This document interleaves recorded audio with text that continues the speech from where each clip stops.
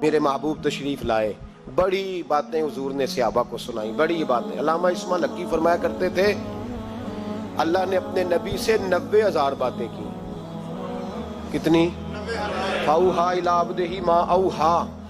اللہ فرماتے ہیں میں نے اپنے بندہ خاص سے باتیں کی، پھر خود ہی فرمایا ما اوحا، تمہیں کیوں بتائیں، جو مرضی کی۔ اس کا ترجمہ ہے ما اوحا، جو وحی کی، جو مرضی کی۔ تو علامہ اسماعیل حقی فرمایا کرتے تھے کہ روایات کو جمع کریں اقوال کو، تو کہتے تھے ہم تجزیہ کرتے ہیں صحیح نہیں بتا سکتے۔ اللہ نے اپنے رسول سے 90,000 باتیں کی، اور پھر اپنے محبوب سے کہا کہ محبوب 30,000 باتیں ساری امت کو بتا۔ وہ حضور نے بتائیں، وہ بتائیں کہ یہ کام کرو گے تو جنت ملے گی، یہ کام کرو گے تو دوزخ میں جلو گے۔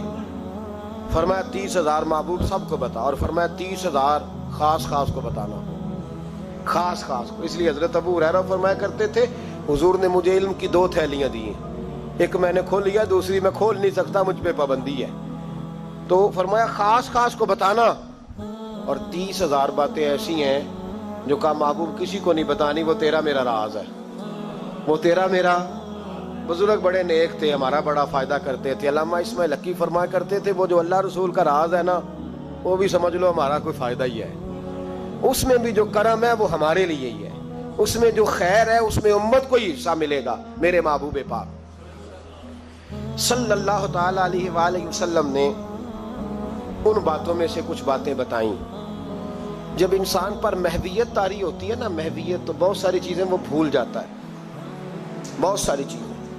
کچھ اوقات ایسے ہوتے ہیں جن میں لوگ کو احساس ہونے لگتا ہے کہ میں کوئی بلا ہوں، پھر اس کو بچپن کے دوست بھی بھول جاتے ہیں، رشتہ دار بھی، اور کچھ کیفیت ہوتی ہے، ایک وقت ہوتا ہے عروج کا، ایک وقت ہوتا ہے عروج کا، جب آدمی بھولا بیٹھا ہوتا ہے، اسے کوئی اس وقت کیفیات ہوتی ہیں۔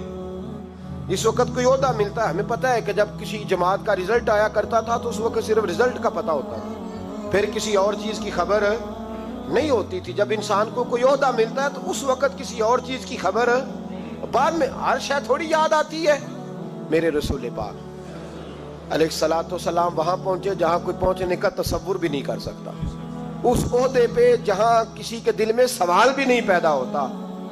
حضرت موسیٰ نے تو ایک تجلی دیکھی تو بے ہوش ہو گئے، اور حضور فرمانے لگے میرے دائیں بائیں تجلیاں ہی تجلیاں تھیں، نور ہی نور تھا، آگے پیچھے دائیں بائیں۔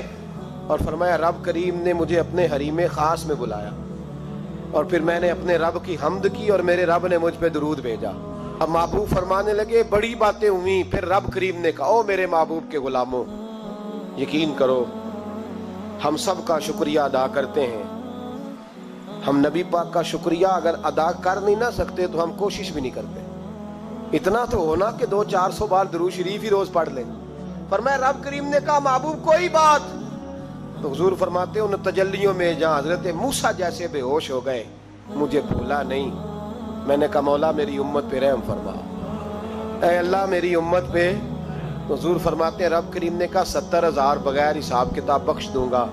میں نے کہا یا اللہ تھوڑے ہیں۔ فرمایا ہر رمضان کی رات میں 70,000 بخش دیا کروں گا۔ مولا تھوڑے ہیں، لیلۃ القدر آئے گی تو جتنے پیچھے بخشے ملا کے بخش دوں گا۔ یا اللہ تھوڑے۔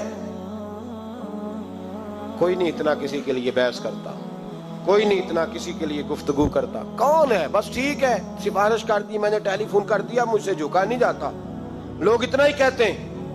لیکن محبوب فرماتے ہیں میں نے عرض کی مولا زیادہ کر، تو کہتے رب کریم نے رحمت سے فرمایا، کہا محبوب چل سودا کر لے، آدھی امت کا میں حساب ہی نہیں لیتا، بغیر حساب کتاب بخش دوں گا، چل آدھی کا تو حساب کرنے دینا، آدھی کا۔ تو محبوب فرمانے لگے مولا تو ساری کا حساب کر، میرے ساتھ ایک وعدہ کر، مجھے سفارش کرنے کا حق دے، مجھے سفارش کرنے کا حق دے، میں سفارش کروں۔ عسیٰ ان یبعثک ربک مقاما محمودا۔ تو پھر رب کریم نے فرمایا محبوب جا میں تجھے مقام محمود عطا کروں گا، تو وہاں کھڑے ہو کے بات کرنا۔ میرے رسول فرماتے ہیں پھر وعدہ ہوا وَلَسَوْفَ يُعْطِيكَ رَبُّكَ فَتَرْضَىٰ، محبوب رب آپ کو اتنا دے گا کہ آپ راضی ہو جائیں گے۔ اور مسلم میں لفظ ہیں، خوش ہونے والی بات سنا رہا ہوں، مسلم میں لفظ ہیں۔ ایک صحابی کہنے لگے حضور پھر آپ کب راضی ہوں گے؟ نبی پاک فرمانے لگے اس وقت جب میری ساری امت جنت میں چلی جائے گی،